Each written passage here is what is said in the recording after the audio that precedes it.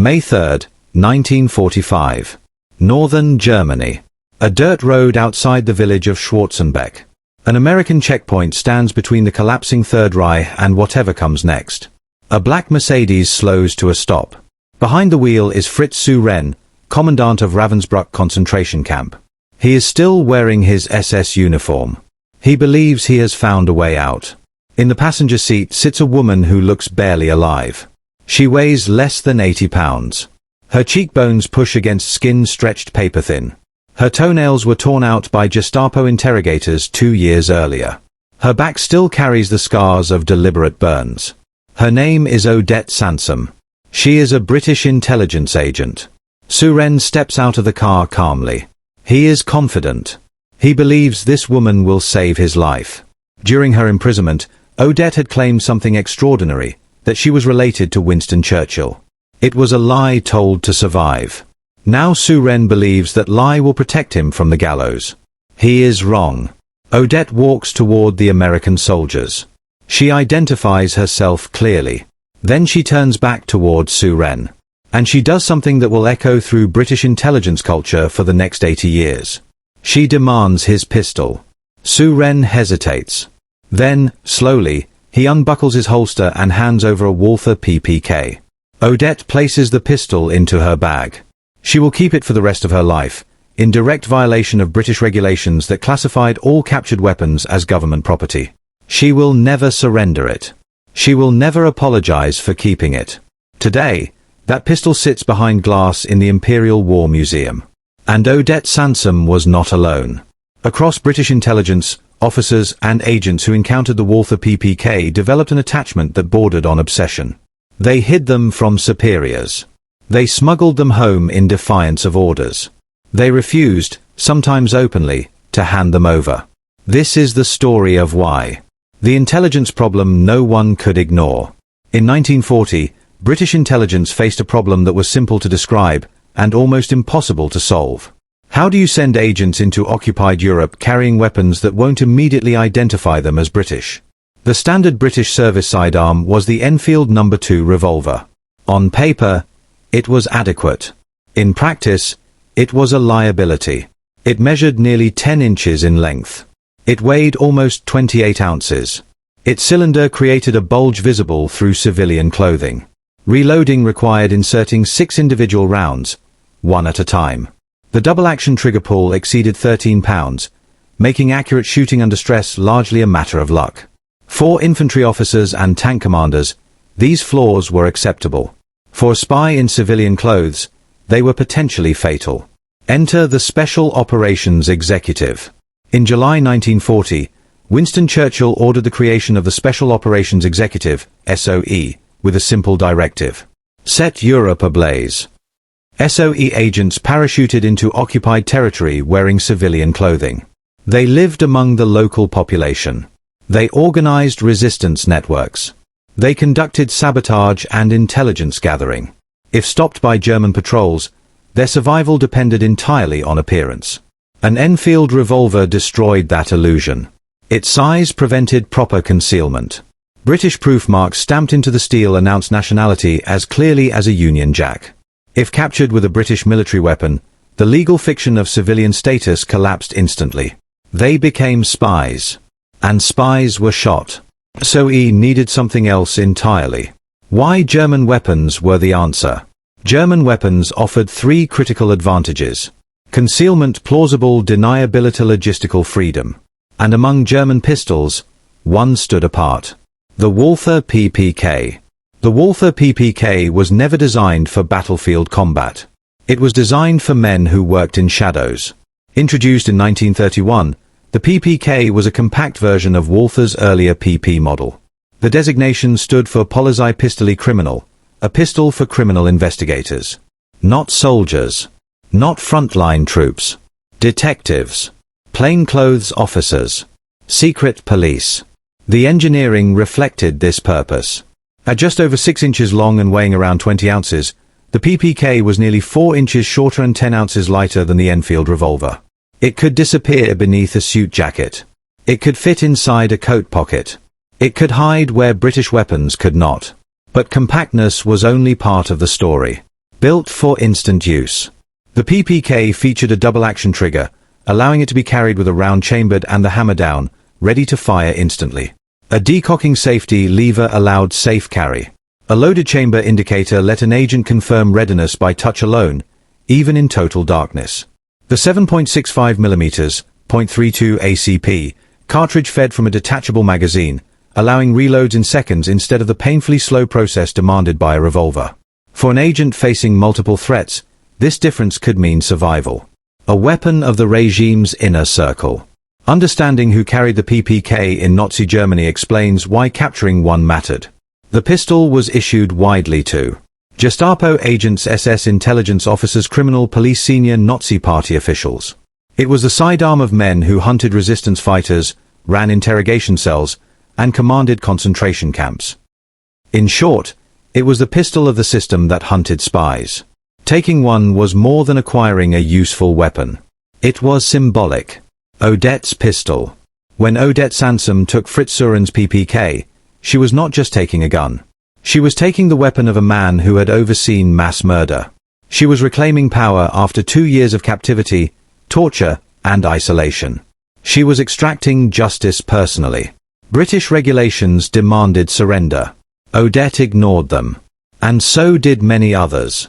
The attachment British intelligence officers developed to the Walther PPK was not sentimental at first.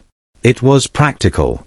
For agents operating behind enemy lines, survival depended on not looking like an agent at all. Every piece of equipment mattered. Every mistake carried consequences measured in minutes, not months. And no mistake was more dangerous than being identified as British. Why deniability mattered. German counterintelligence did not need proof beyond reasonable doubt. They needed indicators. A British weapon was one of them. If an agent was stopped, searched, or killed, the discovery of a British-marked firearm could trigger an immediate response. Expanded arrests, network roll-ups, mass reprisals. A German pistol told a different story. It introduced ambiguity. Was the dead man a resistance fighter? A criminal? A collaborator turned rogue? That uncertainty could save lives the agent would never know. SOE doctrine. Use what the enemy uses. SOE understood this from the beginning. Training manuals emphasized familiarity with enemy weapons, not merely British ones. Agents learned to field-strip German pistols and submachine guns. They trained with captured arms whenever possible. This was not ideological. It was logistical. By 1945, SOE had over 13,000 personnel, with networks spread across occupied Europe and into Asia. Field agents were only a fraction of that number, but they all faced the same reality. Air drops were dangerous. Each drop required secure landing zones, trusted reception committees, perfect timing, favorable weather. A single compromised drop could expose an entire network. Using weapons chambered in German calibers reduced dependence on these supply chains. A resistance fighter with a German pistol could resupply from captured enemy stores, black market ammunition, weapons taken from dead soldiers. A resistance fighter with a British weapon could not. The PPK's practical superiority. The Walther PPK fit intelligence work perfectly. Its 7.65mm ammunition was everywhere in occupied Europe. Its magazine-fed system allowed fast reloads. Its double-action trigger allowed immediate response under stress. And perhaps most importantly, it did not look British. It looked normal. A German policeman's pistol. A Gestapo officer's sidearm. A bureaucrat's badge of authority. Carrying one allowed an agent to blend in rather than stand out. The psychology of capture. Many SOE agents made a brutal calculation. If stopped, the safest weapon was no weapon at all. Numerous after-action reports describe agents discarding pistols shortly after arrival, judging that the risk of discovery outweighed the benefit of armed defense. But when a weapon was carried, it had to be invisible. Here, the PPK excelled. Nearly 4 inches shorter than the Enfield revolver. Less than an inch thick. Smooth contours designed to avoid snagging on clothing. It could survive a casual pat-down where a British revolver could not. Why capturing a PPK felt different. 4 British agents, taking a PPK from a German officer, carried emotional weight. This was not a battlefield rifle. Not a tool of open war. It was the weapon of the secret police. The pistol carried by the men who conducted midnight arrests, who interrogated prisoners, who ran concentration camps. Taking it felt personal. It was the disarming of the apparatus that hunted them. A weapon of rank and terror. The PPK was also a symbol. Senior Nazi officials received engraved or special grip variants. Party leaders carried presentation models. Ownership marked status and trust within the regime. Hermann Göring carried a gold-plated engraved PPK, confiscated upon his arrest and later sold at auction for over $40,000. Heinrich Himmler presented engraved Walther pistols bearing his facsimile signature to favored SS officers. Adolf Hitler himself owned both PP and PPK models. The pistol he used to end his life in April 1945 was almost certainly a Walther, though historians still debate which variant. Even in death, the regime's leadership remained tied to weapons of concealment rather than open combat. Policy versus reality. Official British regulations were unambiguous. Captured weapons were government property. Retention was prohibited. Surrender was mandatory. Field reality ignored this. Unlike American forces, Britain issued no official capture papers. There was no legal mechanism for a soldier or agent to keep a trophy weapon. Yet they did, by the thousands. Firearms experts working with British police report receiving wartime pistols constantly during amnesty periods. Most were war trophies, hidden in attics and forgotten for decades. The PPK's compact size made it ideal for this quiet defiance. A rifle required effort to hide. A Luger attracted attention. A PPK could vanish into a boot or a coat lining. A silent national secret. Parliamentary debates in the 1990s quietly acknowledged the truth. Weapons acquired before January 1946 could often be retained with certification. Heirs could inherit them. Police could require deactivation rather than confiscation. It was an unspoken compromise. Confiscating every wartime trophy was neither practical nor politically desirable. Estimates of wartime firearms in British civilian hands range from hundreds of thousands to over 1 million. Many remain undiscovered. Each one represents a personal story of survival. Why intelligence officers refused to let go. For intelligence veterans, surrendering a PPK felt different from surrendering a souvenir. This was not a decorative object. It was a tool that had kept them alive. It had been carried through occupied cities, across checkpoints, during interrogations narrowly avoided. Giving it up felt like betraying something earned. Odette Sansom understood this. So did countless others. They kept their pistols not out of greed, but out of memory. Odette Sansom's attachment to Fritz Suren's Walther PPK cannot be understood without understanding what Ravensbrück was. Ravensbrück was not a labor camp. It was not a detention facility. It was an industrialized system designed to destroy women. Established in 1939 north of Berlin, Ravensbrück became the primary concentration camp for women in the Nazi system. By the time it was liberated, an estimated 90,000 prisoners had died there through execution, starvation, medical experiments, and neglect. Odette arrived there in July 1944. She was expected to disappear. Night and fog. Odette had been designated Nacht und Nebel, night and fog. It meant no records, no communication, no survival expected. Night and fog prisoners were intended to vanish without trace, leaving families with no certainty of death or life. It was psychological warfare extended beyond the prisoner to everyone who loved them. Odette was placed in solitary confinement. No windows, no clock, no human contact. Food was starvation level. Silence was absolute. She did not know if her children were alive. She did not know if Britain still fought. She did not know if the war was ending or if she would be executed tomorrow. This was the environment Fritz Suren controlled. Why she was still alive. Odette survived Ravensbrück for one reason. A lie. During interrogation in 1943, she had claimed she was married to fellow SOE agent Peter Churchill. She was the leader of the resistance network. Peter Churchill was the nephew of Winston Churchill. None of this was true. But the lie spread. And by 1945, Fritz Suren believed he held a prisoner of enormous political value. As the Red Army advanced, Suren began thinking about survival, not ideology. He believed delivering Odette to the Allies would save his life.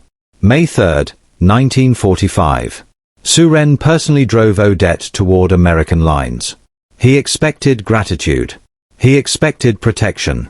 What he received was exposure. Odette identified him immediately as the commandant of Ravensbrück.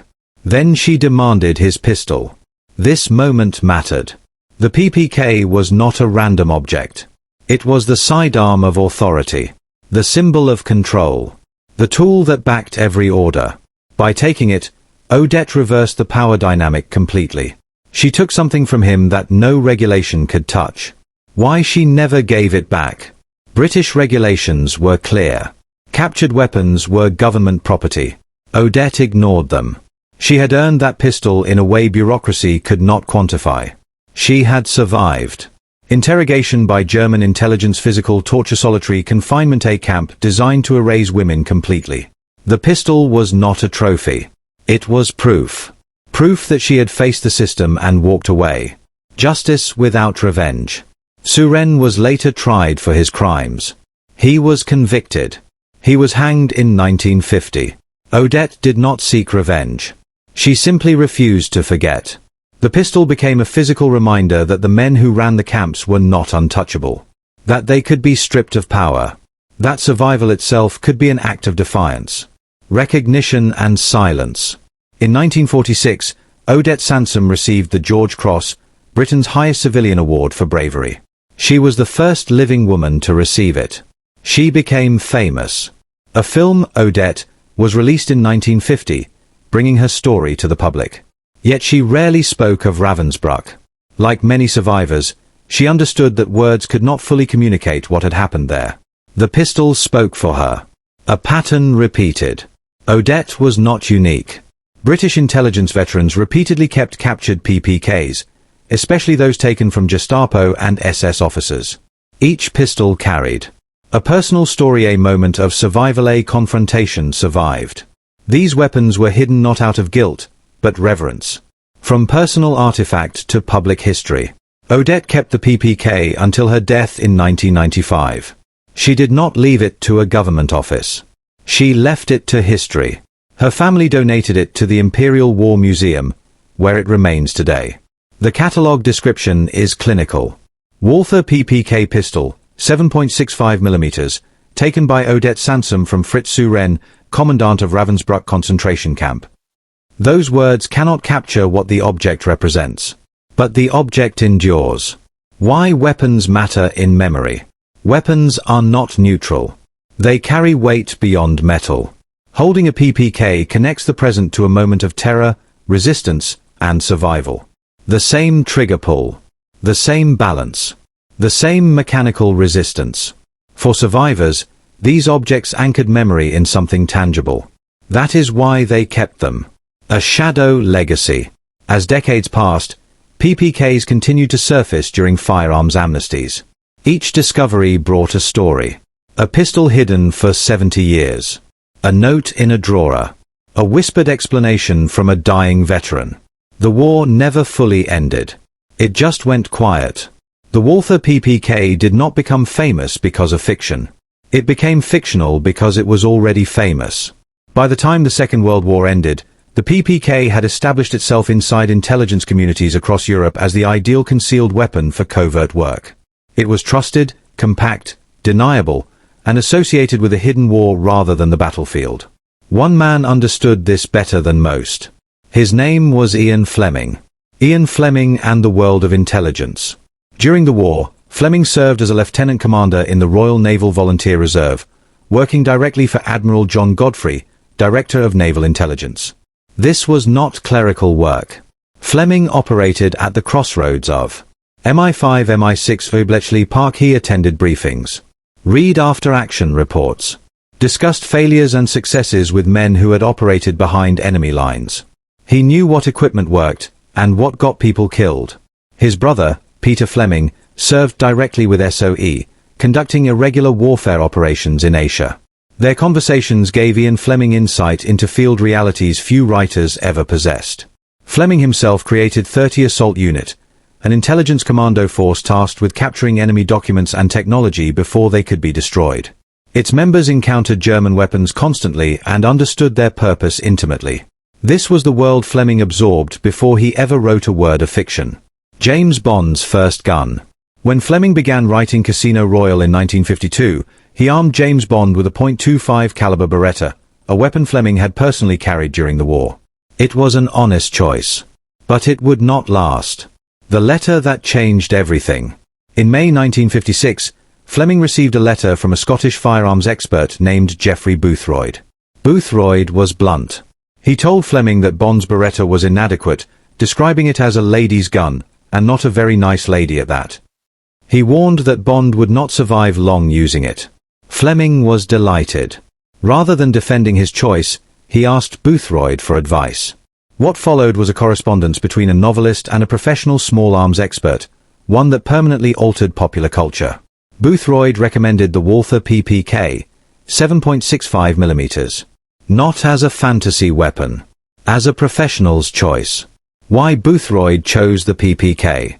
By the 1950s, the PPK was already widely used by MI5, MI6 West German intelligence, French security services, Israeli intelligence. This was not mythology. It was operational reality. The pistol was compact, reliable, easy to conceal, associated with intelligence work rather than overt force. Fleming immediately understood, writing the change into the story. Fleming did not simply switch weapons quietly. He dramatized it. In From Russia with Love, 1957, Bond's Beretta snags during a fight. The delay allows the assassin Rosa Klebb to stab him with a poisoned blade. Bond collapses. The novel ends with uncertainty about his survival. In Dr. No, 1958, Bond is reprimanded. His Beretta is taken away. In its place, Major Booth, Fleming's fictionalized version of Boothroyd, issues Bond a Walther PPK. The change is presented as professional correction, not fashion. From page to screen. When Dr. No reached cinemas in 1962, the PPK became Bond's visual signature. Sean Connery holding the compact Walther communicated something instantly. Control, precision, professionalism. The pistol looked right because it was right. Even production struggled to obtain the correct model. One of the pistols used on set was reportedly provided by actor Bernard Lee, who played M, likely a wartime acquisition himself. The association between Bond and the PPK was sealed. Fiction reinforcing reality. The relationship became circular. Real intelligence officers had carried the PPK first. Fiction made it famous. Then new generations of professionals encountered it already wrapped in meaning. The PPK became the spy's pistol, the weapon of discretion, a symbol of unseen war. Even when Bond briefly switched to newer models like the Walther P99, the PPK always returned, because it belonged to the character's identity. Why the myth endures. The PPK was never the most powerful handgun. It was never the loudest. It was never meant to be. It was built for concealment, immediate response, survival in hostile environments. The same qualities that served Gestapo officers made it invaluable to the agents hunting them. British intelligence officers understood this long before audiences did. That is why they kept them. A weapon that carries memory. Today, Walther PPKs from the Second World War continue to surface. In attics. In estates. In gun safes opened after decades. Each one carries a story. Odette Sansom's pistol sits behind glass at the Imperial War Museum, not as a weapon, but as testimony. It is proof that survival can be taken from the hands of power. The final meaning. British regulations declared captured weapons to be government property. Reality disagreed. The Walther PPK was never British property. It was earned. Earned by people who lived in shadows, carried false names, and risked execution if discovered. It was proof of survival.